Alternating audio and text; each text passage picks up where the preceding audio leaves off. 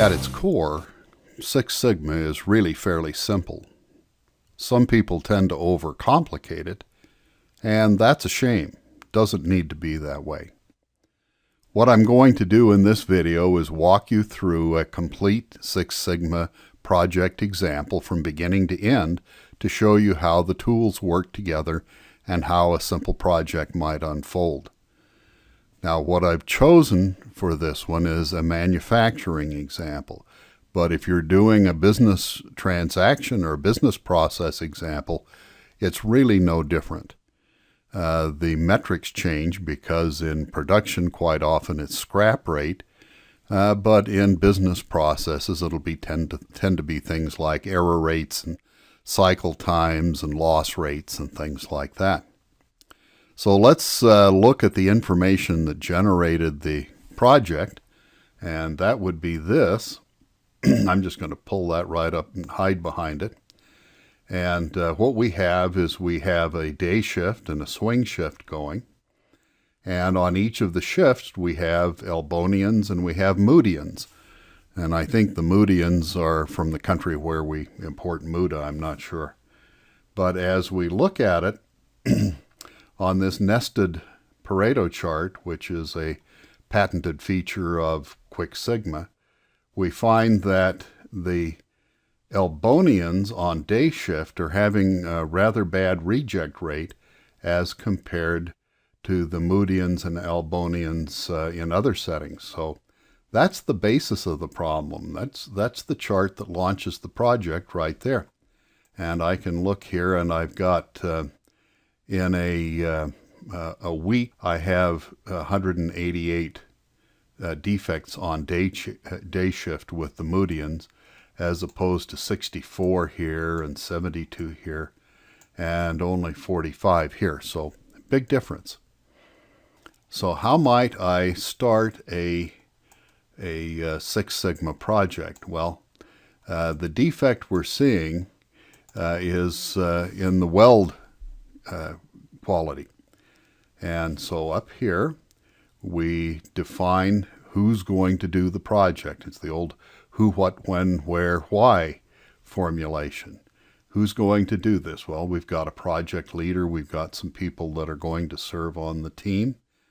We have a project champion, who is someone within the organization that manages a group of project team leaders. And we've got a mentor supplied whose job is to help with the technical tool help. And we've recruited somebody from finance to give an unbiased opinion of the quality of the project. So we have to make a business case. Why are we doing this? Well, defective welds on our Shire 55 product cost us about $87 each to rework. And the rate of defects is higher on the day shift with the Elbonian workers, and that's what our Pareto chart told us. If we can reduce defects there to normal, and that's compared to other instances in the company, we will reduce our production costs by over $500,000 a year. Now, if you are on the elevator with the president of the company or the CFO, and he asks you why you're doing the project, this is the statement you give him. And if that kind of a statement doesn't get his attention, well, I'm not sure what would. So we have to then state our SMART objective. We have to define done. By June 30th of this year, reduce Elbonian day shift weld defects from 188 per week to 65 per week without compromising weld strength or worker safety. So these last two, the first part is the main objective, and then the weld strength and worker safety are what we call side conditions. We have to make a statement of scope. That is, does this include everything everywhere? No. In fact, we've very specifically limited ourselves to the Shire 55 model and the Elbonian work group on the day shift. And we have to choose an indicator for our process, and I'm going to choose weekly defective welds. Now, if you want to refine that a little bit, you can make that a percent, because as production goes up and down, the defects will usually go up and down as well as you increase the volume.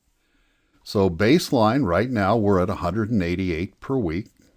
Our goal is to get it down to 65, which is about where the other bars are. And entitlement just simply says that if everything went perfectly and we kept working on this a long time, we think we might get it down to 40. So then I have to make a statement of why we're going to do it. Well, the financial information is that I've got a cost reduction. I'm going to reduce my cost of goods sold. That's going to fall through to the bottom line. And here's the arithmetic down here that says that that's what's going to happen. 188 a week. I'm going to drive it to 65, $87 a piece, 52 weeks a year, and it adds up to a little over $550,000. When I'm satisfied that I have my charter complete, I can mark that as done, and when everybody's signed off that this is the project we're going to do, I can mark that as complete, and the define phase is then complete. The next thing we might want to turn our attention to is the measurement systems analysis, and we have a couple of tools that we can use. Well, I'm going to cheat and take a little shortcut. Down here under MSA Complete, I've got a little box that I can say, well, why isn't there a measurement systems analysis? And I'm just simply going to say, see the gauge consistency study done as an INMR chart. And all I've done there is this little gauge consistency study. And what's happening here is that I have taken the tools that are used by the Moodian day shift and swing shift and the Albonian swing and day shift, and I've simply made a dozen or so measurements of a standard item that's about the size of our workpiece that we work on, and just take a look to see if everybody's getting about the right answer and if they're consistent about it. And we say, oh, my goodness.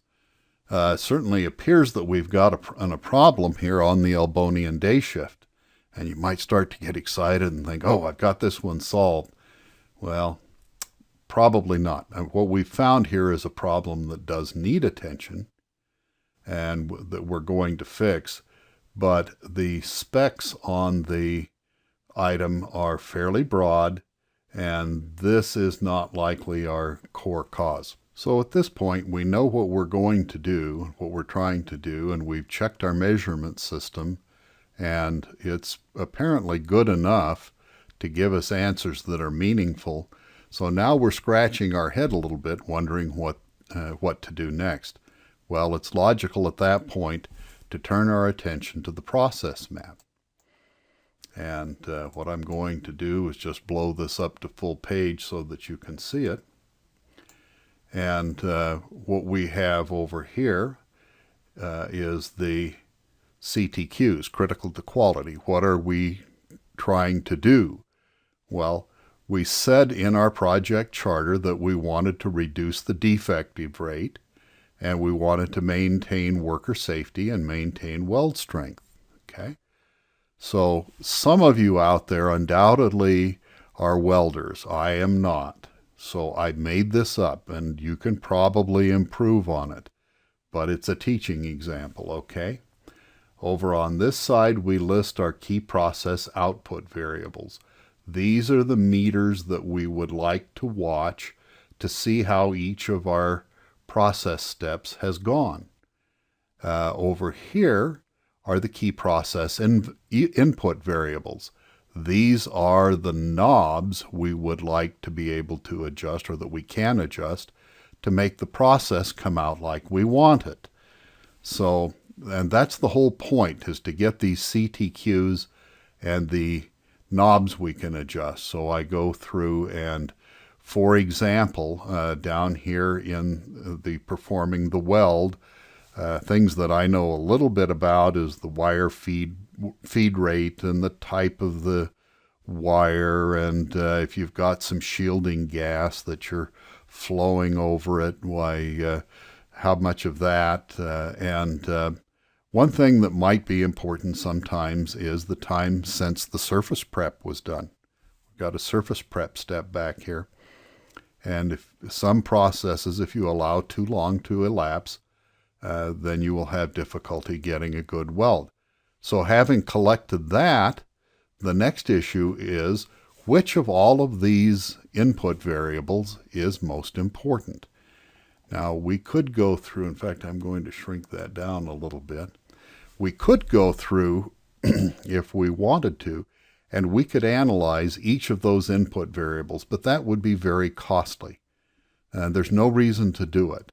There's a really well-established rule, not a law, but pretty good rule, that most of the problems come from a few variables, all right? So what we need is some simple tool for assessing which ones of these we might spend most of our time on. And that would be the cause and effect chart. And here are my CTQs. These are automatically carried forward for me. Here are all of the KPIVs that I collected. Those are automatically carried forward for me. I assign weights to each of these CTQs, okay? And then I fill out this matrix. I can put in 0, 1, 3, or 9, depending on how much this input variable influences this CTQ, okay?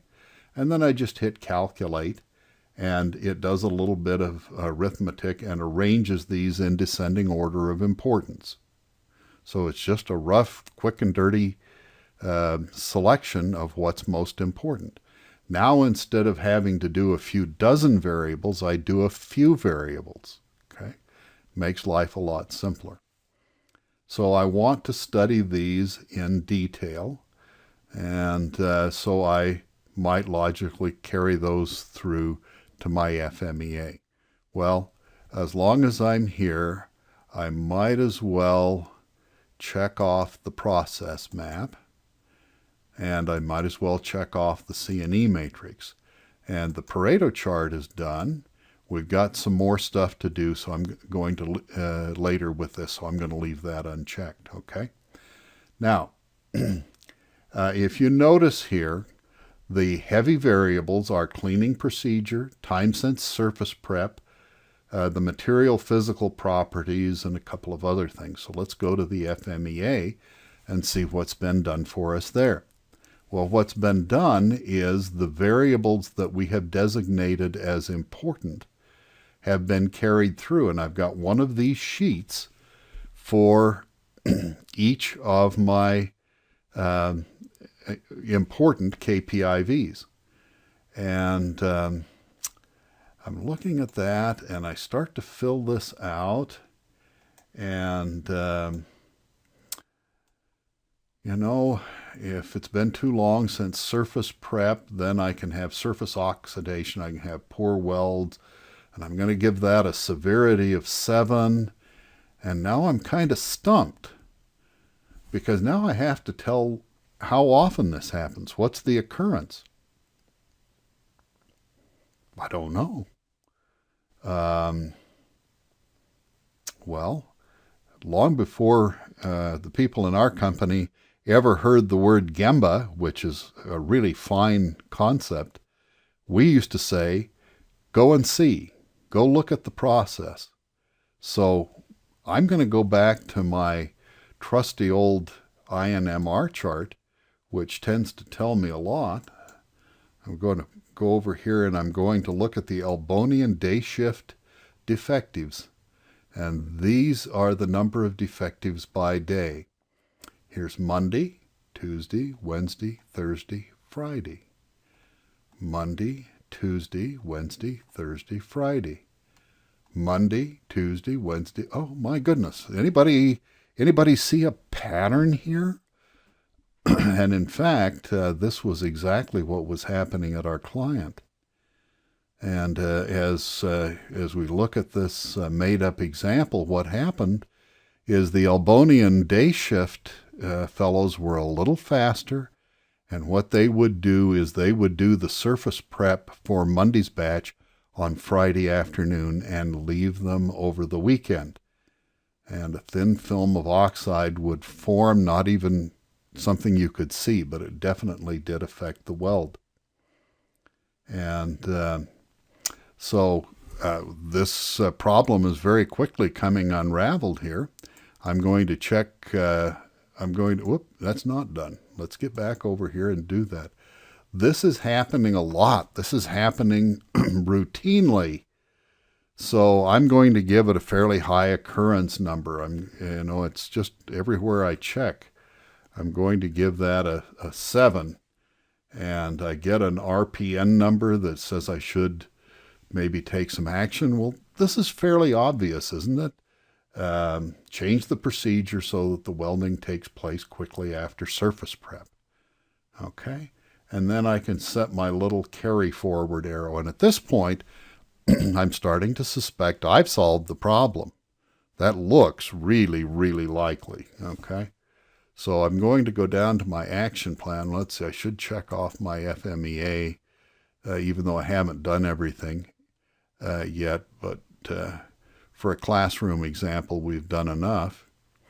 And here's my action plan. That's automatically carried forward when somebody clicks the little carry forward arrow. Some of these get populated for me. So then the action is going to be change the procedure so it takes place quickly, and we're going to assign that to someone in production engineering, and that's due in a couple of days. And then we want to describe the results of that. Well, let's go back here to our trusty INMR charts, and this time I put a specification limit down here. We wanted to get down to 65 per week, and that's 13 per day. And I can look at that pretty easily in an INMR chart, and that says that I'm running an average of 2.5 a day. We've really succeeded very nicely. The process is stable and predictable. According to this evidence, I can do this over and over again and get the same result. And I can just look at the specification limit up here, and my actual production is a long way from the spec limit. And in fact, those of you that want to look at something numerical, I've got a PPK down here of 3.42, which says that I've succeeded wonderfully, wonderfully well. And I have very good evidence that the problem has been solved. Okay, now the next thing that we need to do is draw this to a close. We have to have a control plan so that whatever gain we make doesn't just simply drift away.